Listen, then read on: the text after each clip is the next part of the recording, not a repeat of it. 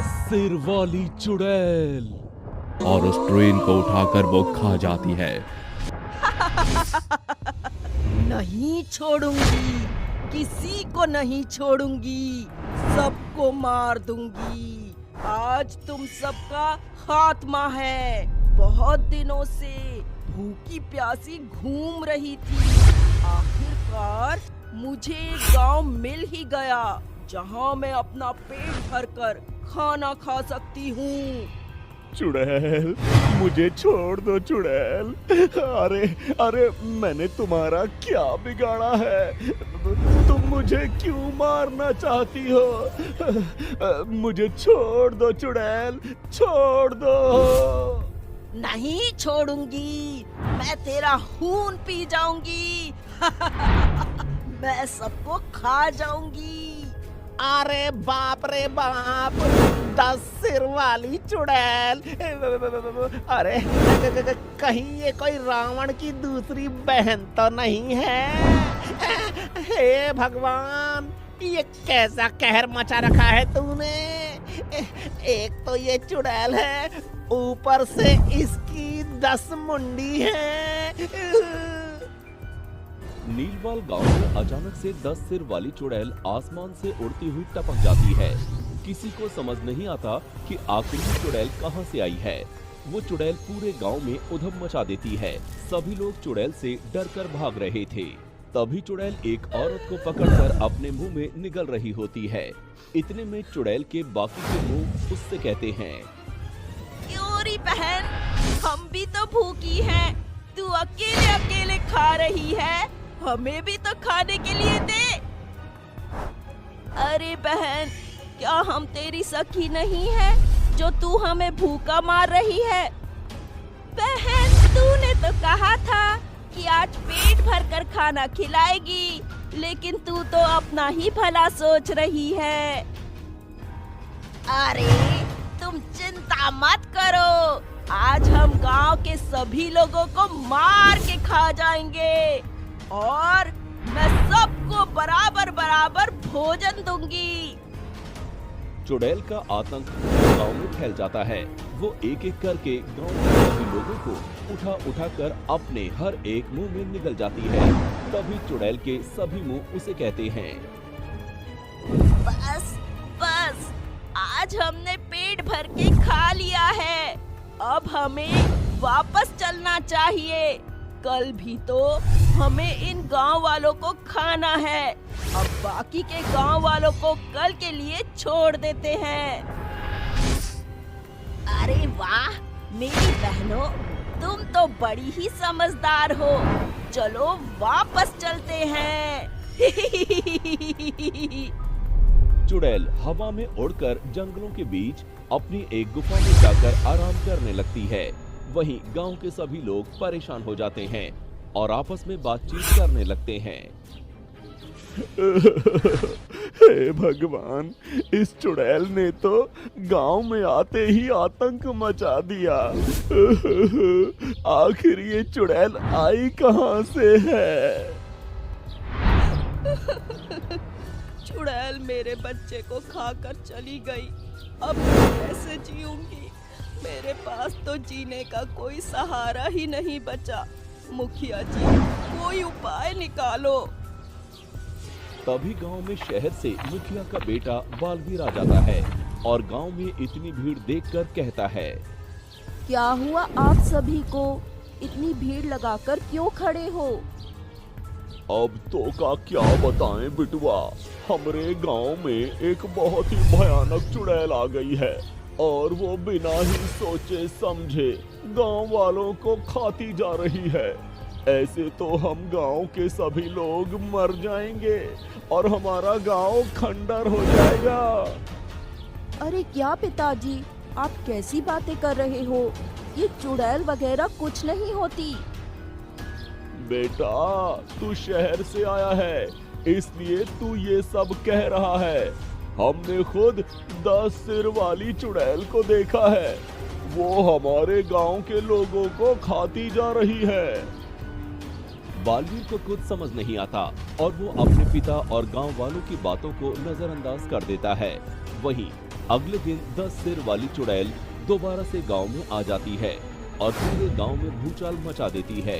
सभी लोग अपने काम को छोड़कर यहाँ वहाँ भागने लगते हैं। कब तक भागते रहोगे मुझसे? सब लोग मरोगे और मैं तुम सबको खा जाऊंगी।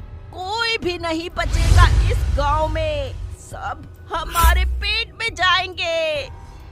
तभी सामने बालवीर आ जाता है, जिसके बाद 10 सिर वाली चुड़ैल उसे उठाकर खाने लगती है।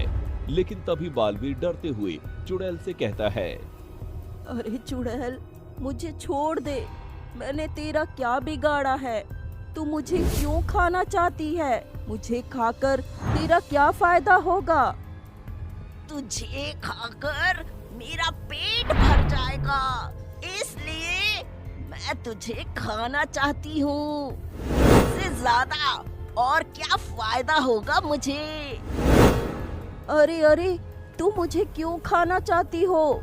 मुझे खाकर तुम्हें कोई फायदा नहीं है। मेरे पास एक ऐसा इंसान है जिसे खाकर तुम सबकी शक्तियाँ बढ़ जाएंगी और तुम बहुत शक्तिशाली हो जाओगी। अच्छा, ये बात है। तो मुझे बताओ वो कौन है जिसे खाकर मैं बहुत शक्तिशाली हो जाऊंगी? मैं इस दुनिया की सबसे ज्यादा शक्तिशाली चुड़ैल बनना चाहती हूँ। तुम मुझे एक दिन की मोहलत दो। मैं उस आदमी को खुद तुम्हारे पास लेकर आऊंगा। उसके बाद तुम उसे खा जाना, जिसके बाद तुम बहुत शक्तिशाली हो जाओगी। क्या तुझे मैं शक्ल से पागल दिखती हूँ? क्या पता तू अपनी जान बचाने के लिए ये सब बोल रहा है। मैं तुझ पर भरोसा क्यों करूँ? अगर तुझे शक्तिशाली होना है तो तुझे मेरी बात माननी होगी, नहीं तो तू ऐसे ही अपने 10 सिरों के साथ लोगों को खा खाकर अपना गुजारा करती रह।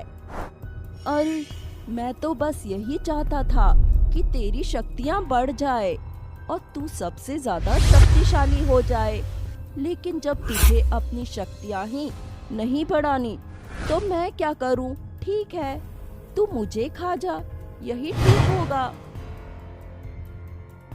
बालवीर की बात सुनकर चुड़ैल सोच में पड़ जाती है, जिसके बाद वो बालवीर को छोड़ देती है और वापस अपनी गुफा में चली जाती है। अगले दिन जब चुड़ैल वापस गांव में आती है तो वो दोबारा से आतंक मचा देती है और चारों तरफ बालवीर को ढूंढने लगती है। तभी बालवीर उसके सामने आता है। बताओ, कहाँ है वो आदमी जिसे खाकर मैं सबसे ज्यादा शक्तिशाली हो जाऊंगी? बस थोड़ा सा इंतजार करो, वो आदमी आता ही होगा। तभी वहाँ एक ऋषि मुनि आ जाते हैं, जिसे देखकर चुड़ैल कहती है, धोखा, तूने मेरे साथ धोखा किया है। अब मैं तुझे नहीं छोड़ूंगी। तूने इस ऋषि मुनि को बुलाकर बहुत बड़ी गलती कर दी। तुझे क्या लगा मैं तेरी चाल में फंस जाऊंगी और तू मुझे ऋषि मुनि के हाथों मरवा देगा? अरे चुड़ैल, तुम तो बेवजह ही नाराज होती जा रही हो। जरा मेरी बात तो सुनो। मैं तो तुम्हारा भला ही सोच रहा था। तुम हो कि मान ही नहीं रही हो। ये ऋषि मुनि बहुत ही ज्ञानी हैं। अगर तुम इन्हें खा जाओगी तो तुम बहुत शक्तिशाली हो जाओगी। इनका सारा ज्ञान तुम्हारे 10 सिरों के अंदर घुस जाएगा और तुम बहुत ज्ञानी हो जाओगी।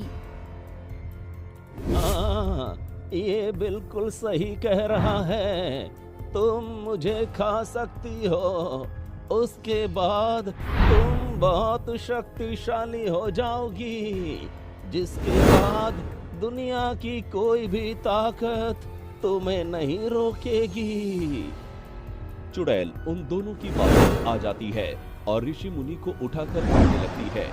इतने में ऋषि मुनि बालवीर को इशारा करता है, जिसके बाद बालवीर चुड़ैल की 8वीं मुंडी में तीर मार देता है जिसके बाद चुड़ैल अपने आप ही जलकर राख हो जाती है।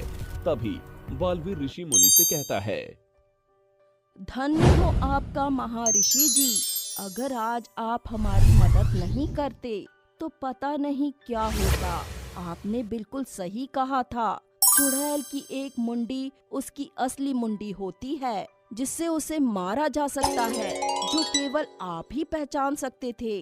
जैसे ही मैंने उस मुंडी में तीर मारा, चुड़ैल अपने आप ही मर गई। गांव के सभी लोग ऋषि मुनि का धन्यवाद करते हैं। उस दिन के बाद से बालवीर हंसी खुशी अपने गांव में अपना जीवन व्यतीत करने लगता है और चुड़ैल का साया गांव से हमेशा हमेशा के लिए खत्म हो जाता है।